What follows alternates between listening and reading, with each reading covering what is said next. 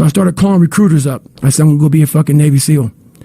And every recruiter, so there's a weight and height, so the weight and height limit to get in the military. And I was 6'1" and 297. And I had prior service, which was a big deal. So I called all these recruiters up, and all of them said, hey, how tall are you? Blah, blah, blah, blah. They got into conversations to see if I was even qualified. And by the time I got to my weight, phone would hang up pretty much like, hey, you know what? Call somebody else, try to get in the reserves. So I tried to get in the reserves. And I called this guy named Steven Salgio, recruiter, up. And he said, hey, come on in.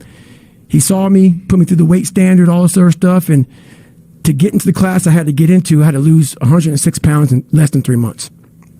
So I was like, fuck that. I can't do that. I grabbed my chocolate milkshake and went back to Ecolab. I'm going back to work, man. This is my life.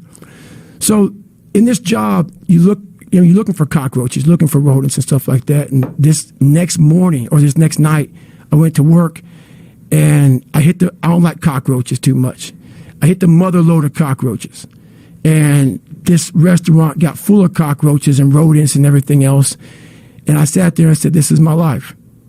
I said, this is my life. You are exactly who the fuck, this is it.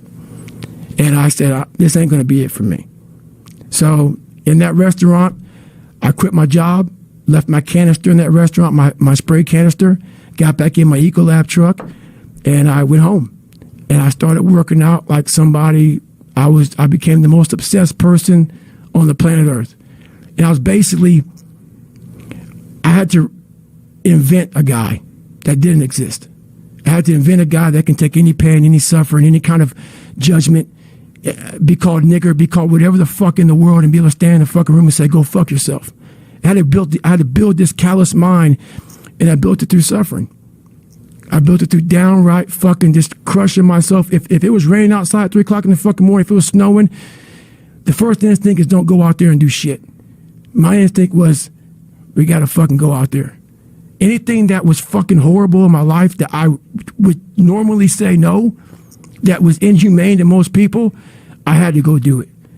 And I started callousing my mind at this point in my life. And I lost the weight.